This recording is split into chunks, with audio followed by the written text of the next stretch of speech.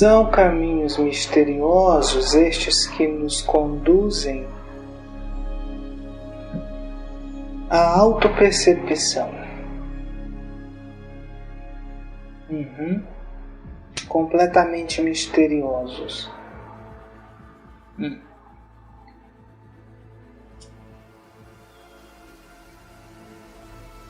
No momento, eu não estou numa percepção que crê na história, que crê na junção lógica de fatos que deveriam, pela sua própria existência, explicar a razão daquilo que é vivenciado ou experienciado no momento. Por causa disso, eu vou lhes contar uma pequena história.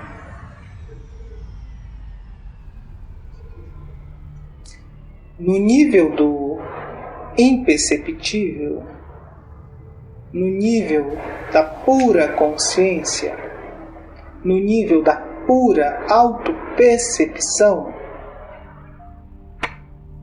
que vocês chamam de não ser ou de absoluto, nada existe. Nada nunca existiu e nada jamais existirá. Mas caminhos misteriosos produzem o estado de percepção. Caminhos misteriosos conduzem a autopercepção ao pensamento. O pensamento é a base de toda percepção. O pensamento é a base de toda experiência. O pensamento cria, descria, modifica, projeta tudo o que ele experimenta. Vocês são pensamentos. E, como pensamentos, criadores, criaram muitas realidades e experimentaram muitas realidades. No entanto, um grupo de pensamentos, num determinado momento, e é claro, essa visão de momento vale aqui para vocês, né? Num determinado momento, esse grupo de pensamentos usou de sua própria matéria constitutiva para experimentar algo que parecia ser novo. Em outras palavras, um grupo de pensamentos levou sua matéria constitutiva a um certo grau de percepção, a um certo grau de materialidade, a um certo grau de densidade. O pensamento cria sua própria realidade em vários níveis de percepção e de densidade. E um grupo de pensamentos projetou um nível onde a matéria era extremamente densa. Ao ponto de que essa matéria extremamente densa deu ao pensamento a percepção de que essa matéria não fazia mais parte dele. Ora, tudo que constitui um nível de percepção é matéria do próprio pensamento. É matéria constitutiva do próprio pensamento. Nessa linha de experiência, a matéria chegou a um nível de densidade em que ela parecia não ser mais o próprio pensamento. Essa é uma história, lembrem sempre disso. Então, esse grupo de pensamentos resolveu criar uma forma de fazer com que essa matéria, que nesse ponto aparentemente não era mais parte da matéria constitutiva do pensamento, uma forma que retornasse essa matéria e religasse ela novamente ao corpo do pensamento, à matéria constitutiva do pensamento. A única forma de fazer isso, então, seria que o pensamento pudesse voltar a ter uma percepção de que era essa matéria. Então, o pensamento se limitou à matéria densa. O objetivo do pensamento ao se limitar à matéria densa, óbvio, não era se melhorar, não era voltar a ser pensamento, não era se libertar da matéria. Era apenas fazer com que a matéria retornasse ao próprio pensamento. O pensamento, tendo se limitado à matéria, perdeu consciência de si, esqueceu que era pensamento e acreditou ser matéria, visto que acreditar ser matéria seria a única forma de reconduzir a matéria ao seu estado original, de matéria constitutiva do pensamento. A limitação, então, foi um sacrifício. A limitação à matéria densa foi uma forma de resgatar a matéria densa. E assim vocês estão aqui. Fim da história.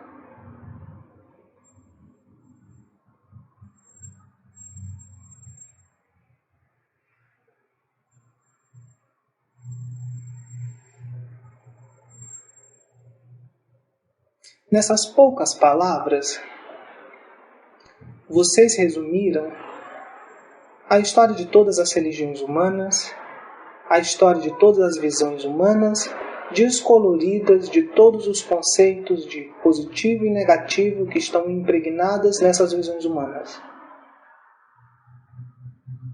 Nessas poucas palavras, nessa história aparentemente tosca e puramente abstrata, vocês acabaram de resumir o cerne de todo o conhecimento que vocês possuem até agora. Dentro dessa pequena história, nós temos todos os elementos que fazem parte de toda a história contada a vocês.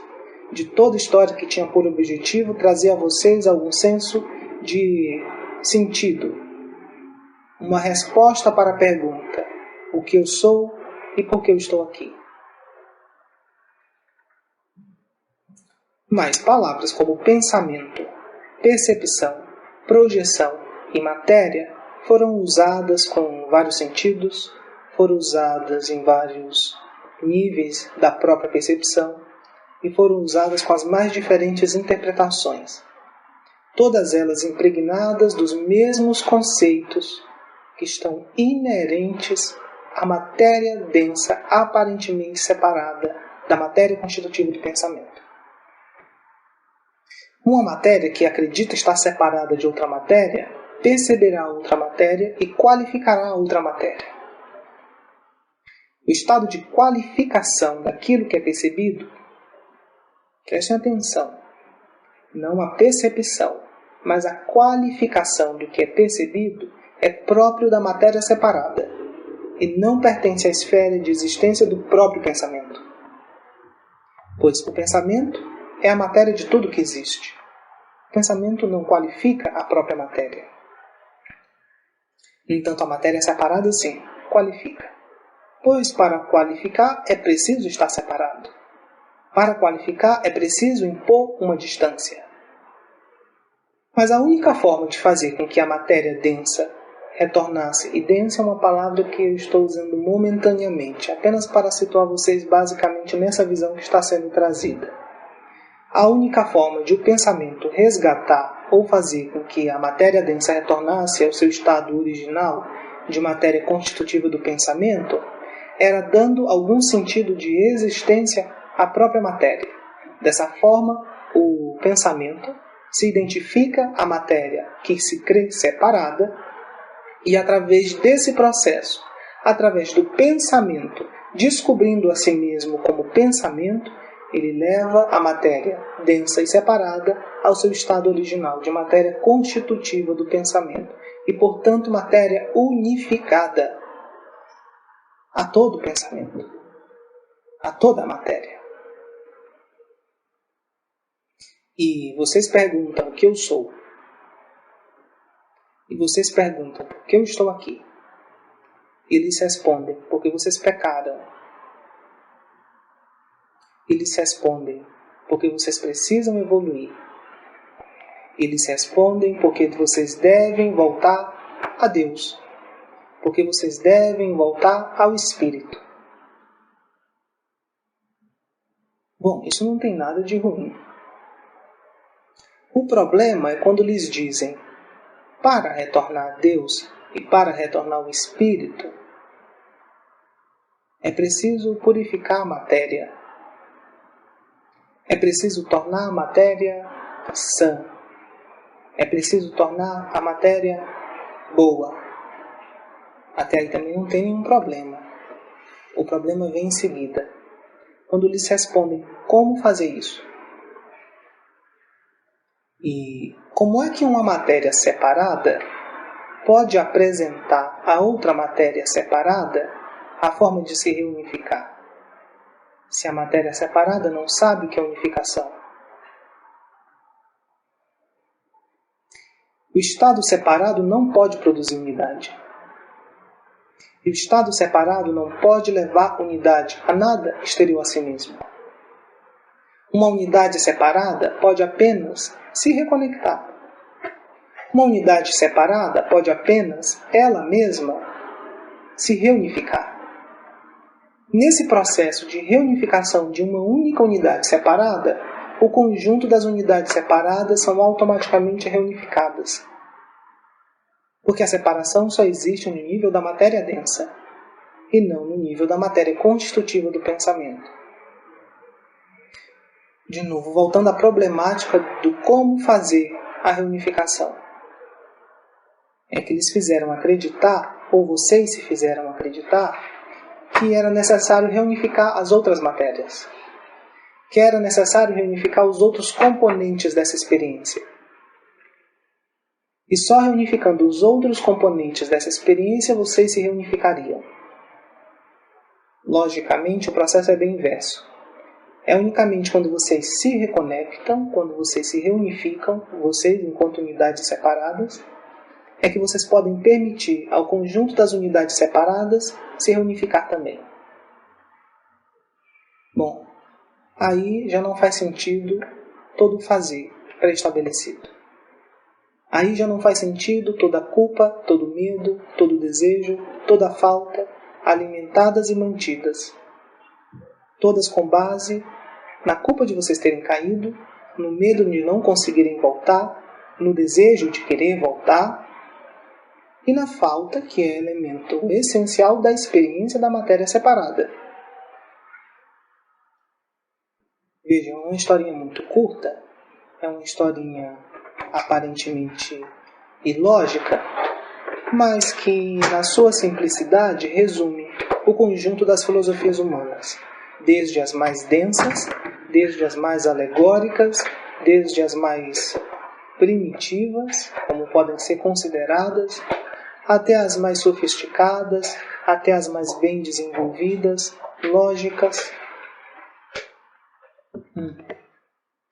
E vocês? Em que isso importa a vocês? E a vocês? O que isso interessa a vocês? Quando vocês ouvem, eu sou um pensamento, o que isso evoca a vocês? Ser um pensamento.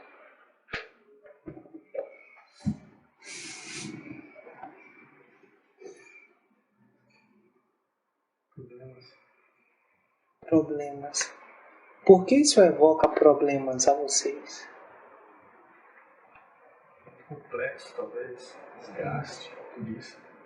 Eu diria que é, na verdade, porque pensamento foi modificado e o conceito de pensamento, embora nós estejamos numa experiência humana de matéria separada, que usa a palavra para se comunicar, e que palavra possui um conceito convencional de um grupo de unidades separadas, a gente vai tentar remodificar os conceitos ligados a algumas palavras que vocês têm. Pensamento. Quando lhes falam em pensamento, vocês automaticamente conectam a palavra pensamento a tudo aquilo que vocês acreditam ser pensamento. E de acordo com algumas filosofias espiritualistas, o pensamento é algo que deve ser evitado. Ou é algo que, no mínimo, não tem utilidade nenhuma para a liberação, para a salvação, ou para a reunificação da matéria separada. Vocês lutam contra o pensamento. Lutando contra o pensamento, vocês lutam contra a única forma de liberação. O problema de vocês não é o pensamento. O problema de vocês é aquilo que se apreende dos pensamentos. O problema de vocês é aquilo que tenta possuir os pensamentos e torná-los seus. O problema de vocês é acreditar que o que vocês sabem de pensamento é realmente pensamento. Vocês imaginam uma casa e vocês dizem, isso é pensamento. Isso não é pensamento, isso é imaginação. Vocês pensam, eu vou ao mercado. Vocês dizem que isso é pensamento. Isso não é pensamento, isso é projeção. O que é verdadeiramente pensamento? Raciocínio. Raciocínio é raciocínio. Raciocínio é justamente uma das ferramentas daquilo que se apropria do pensamento e tenta dar uma lógica, uma relação lógica entre um pensamento e outro. Isso é raciocínio. E o que é o pensamento em si? Uma criação. A criação é produto do pensamento, que vai ser algo que vai ser relacionado de maneira lógica a outra criação, para dali obter um sentido e um referencial dentro dessa experiência. O que é o pensamento? Se o pensamento é o elemento criador, o que é o pensamento? Uma ação. A ação é produto do pensamento. É o observador. O pensamento é o observador interagindo com a sua criação. Como se fosse um produto do observador. Não. O pensamento precede o observador. O observador é uma projeção do próprio pensamento. O observador é o pensamento auto se percebendo. Auto se percebendo. Isso é gramaticalmente incorreto, né? Mas é bom a gente reforçar a partícula si e a partícula auto. Enfim. O pensamento se percebendo se chama observador ou percebedor.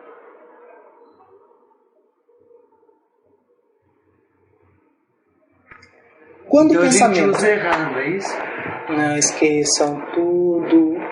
Limpem a palavra errado do vocabulário de vocês, pelo menos enquanto vocês estiverem se propondo a autorrevelação. Esqueçam o certo e esqueçam o errado. O que eu estou falando não é mais certo nem mais errado do que o padre está pregando nesse momento dentro da igreja. O que eu estou falando não é mais certo nem mais errado do que o pajé está falando no seu terreiro de dança. Não é mais certo nem mais errado. É apenas a forma que agora vocês podem perceber. Enfim. Vamos voltar então para o nosso desenvolvimento. O pensamento precede o percebedor. O pensamento precede o observador. O pensamento reside por trás do observador. Quando o pensamento diz eu sou, o pensamento se torna o observador, que para existir precisa de um complemento. Eu sou eu sou homem, eu sou mulher, eu sou alto, eu sou baixo. O observador não existe por si. O observador só pode existir se houver algo a ser observado. Senão, não chamariam ele de observador, chamariam ele de outra coisa. Se o chamam de observador, é porque sua função é observar algo. Se não tem algo, o que se torna um observador? Pensamento. O pensamento percebendo, o pensamento como percebedor, percebendo uma criação própria, transforma a sua criação em pensamento. Daí que a matéria é parte do pensamento, é corpo do pensamento. E toda a matéria é a constituição do próprio pensamento. O seu pensamento faz parte do que você é. e é constituído da mesma matéria de que você é constituído. Embora no nível do percebedor existe uma diferença entre o que é percebido e o que você mesmo é. Reunificar é quebrar a dicotomia e a distância que existe entre o que você é e o que você percebe. E esse é o mesmo processo que o outro pensamento que esteve aqui falou de desconstruir o percebedor. Desconstruir o percebedor é quebrar a distância que existe entre o que é percebido e o que percebe. Quando essa distância é quebrada, não pode existir mais percebedor nem percebido. Existe uma coisa só. A um nível muito prático e humano, embora isso não seja do meu encargo, o meu encargo é falar de coisas abstratas. Mas enfim. No nível muito prático e humano, é apenas tentar transcender a distância que vocês acreditam que existe entre o que vocês são e o que as outras coisas são. Entre o que vocês são e o que o outro é. Enquanto vocês percebem distância, vocês reafirmam a posição do pensamento enquanto observador e reafirmam o estado da coisa percebida enquanto separada de vocês mesmos. Os dois caminhos levam ao mesmo ponto. Excluir todo o nível do percebido ou acolher todo o nível do percebido leva ao mesmo ponto, que é a dissolução do observador. Até que reste uma coisa só. E isso não é negar o percebido e nem o percebedor.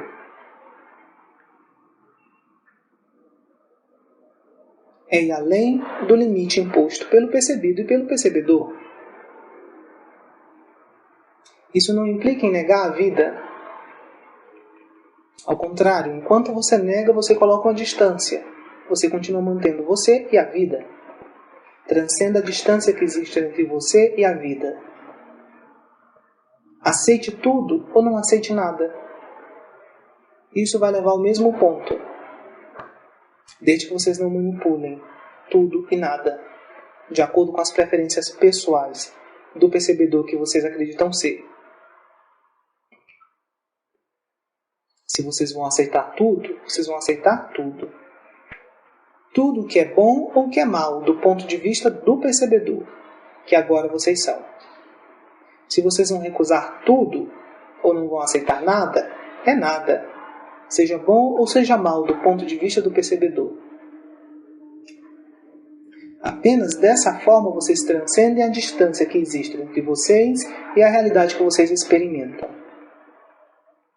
Vocês querem fugir daqui. Vocês querem abandonar esse lugar.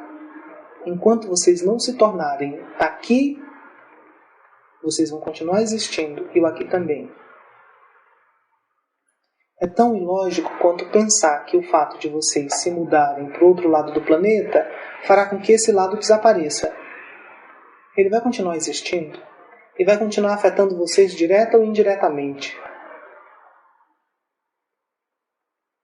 Fugir daqui não é a resposta da reunificação. É bem o contrário. É se tornar aqui. É transcender a distância que é apenas aparente entre vocês, enquanto percebedor, e todo o resto percebido. Isso é o que foi descrito, como isso daqui não é diferente de tudo que já foi falado. Isso daqui não é diferente nem da fusão mística, isso não é diferente do Mahasamadhi, isso não é diferente do Nirvana. É o mesmo estado.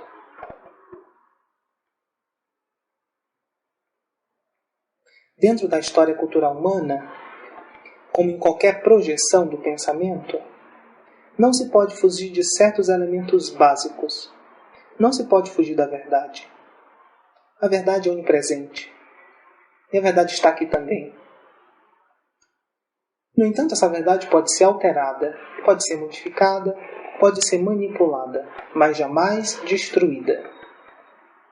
Aceitar esse princípio básico de que a verdade é onipresente é um passo também para que vocês transcendam a distância que vocês colocam entre as crenças pessoais e as crenças de outro.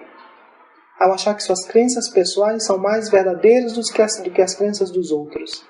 Ao acharem que porque vocês não estão ligados a nenhuma religião, vocês são mais liberados do que quem acredita ainda numa religião. Se a sua visão, que é uma religião, mesmo que você negue esse fato, contém elementos da verdade, coloridos, alterados e modificados, isso não difere de forma nenhuma do estado do outro, que também possui uma verdade colorida, alterada e modificada. Então, aplicando aquele princípio básico de ou aceitar tudo ou negar tudo, ou vocês podem aceitar que a verdade está em todo lugar ou que a verdade não está em lugar nenhum. Ou vocês podem conceder a todos os outros como unidades separadas a benesse ou a bênção da verdade, assim como vocês dão essa benesse a si mesmos, ou vocês aceitam que nem vocês nem os outros têm a verdade. Isso vai lhes levar ao mesmo ponto, um estado de unidade. Vocês vão conseguir, a partir daí, estabelecer um princípio comum para vocês em relação a tudo que vocês percebem. Bom, no nível humano isso é muito simples. Eu respiro, ela respira, ele respira. Todos respiram. Você já tem um elemento de unidade entre todos os seres. Todos respiram. E se vocês abrirem um pouco mais o campo de percepção, vocês vão perceber que tudo respira. Que mesmo aquilo que parece não ter um sistema como o de vocês, também respira. Que os animais respiram, que as plantas respiram, que os minerais respiram e que o planeta inteiro, como um organismo vivo em sua totalidade, também respira.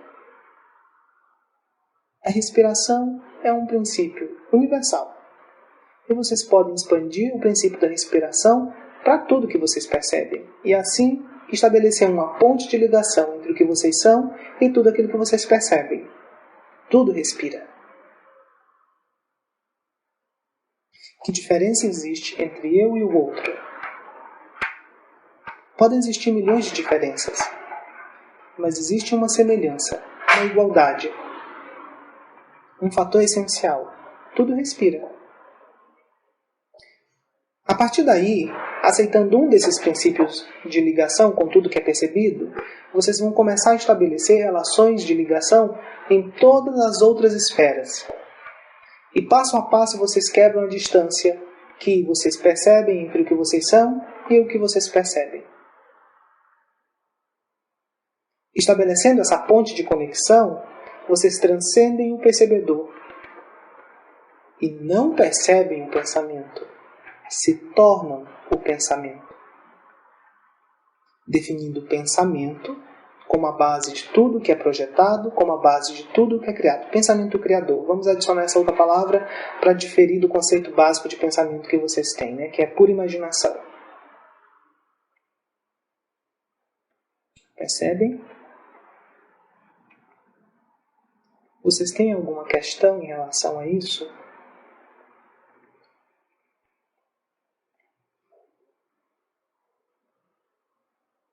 Não precisam se apressar. O mundo não acaba amanhã.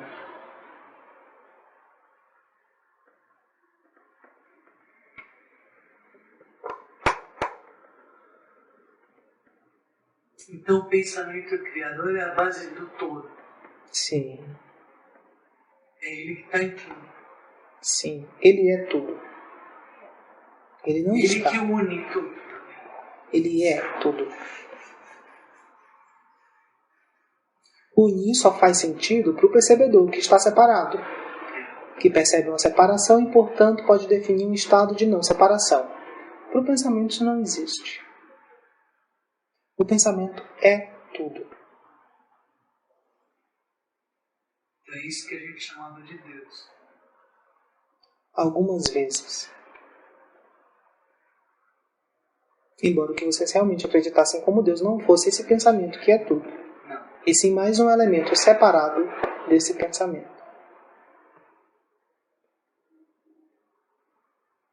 Bom, nós começamos aqui com uma pequena parte dessa história. E depois nós desenvolvemos alguns conceitos e algumas visões que visam abrir o campo de percepção de uma maneira um pouco diferente do que já foi feito, para que vocês acessem o nível em que vocês são o pensamento e transcendam o nível em que vocês são apenas o percebedor ou algo sendo percebido. Embora esse estado em que vocês são algo sendo percebido seja muito raro mesmo entre vocês. Usualmente vocês se consideram sempre observadores. Raramente vocês se percebem como algo sendo percebido. Raramente vocês se concebem como sendo o objeto de percepção do outro.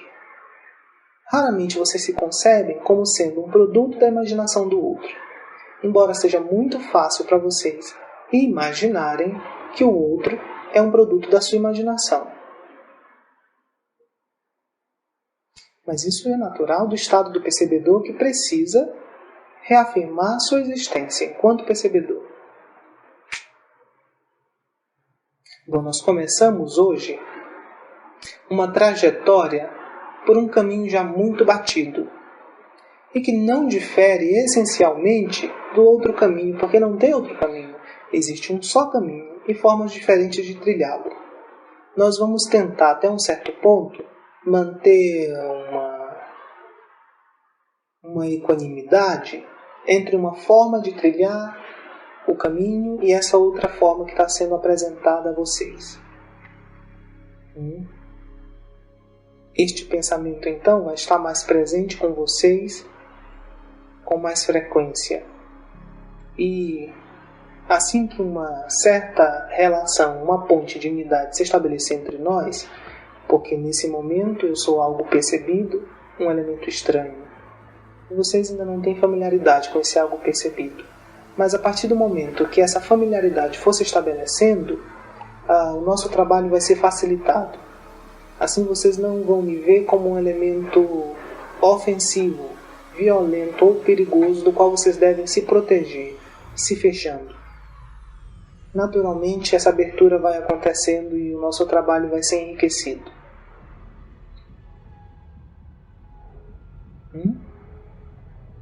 Bom, eu agradeço então a atenção de vocês, obedecendo às formalidades que são vigentes nesse nível de projeção.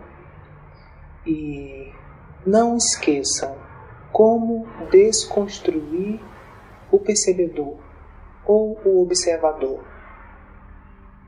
Vocês têm dois elementos básicos de acordo com isso que nós conversamos. Ou vocês podem estabelecer uma ponte de ligação com tudo que é percebido, transcendendo a distância entre o que vocês são e o que vocês percebem, ou negar todo o percebido.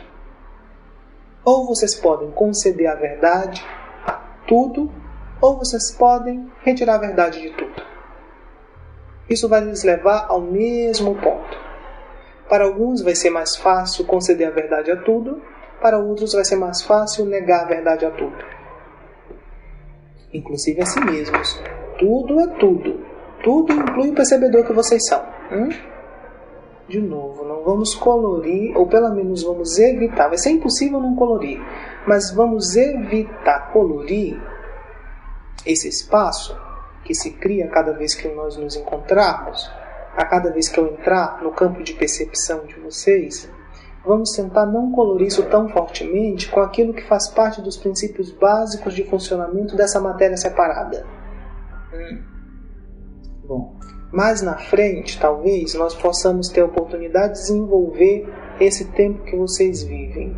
Essa mutação que acontece nessa matéria separada, que propicia um estado adequado para que essa matéria separada se reunifique à matéria constitutiva do pensamento. Então, muito obrigado novamente. E boa sorte na desconstrução do observador.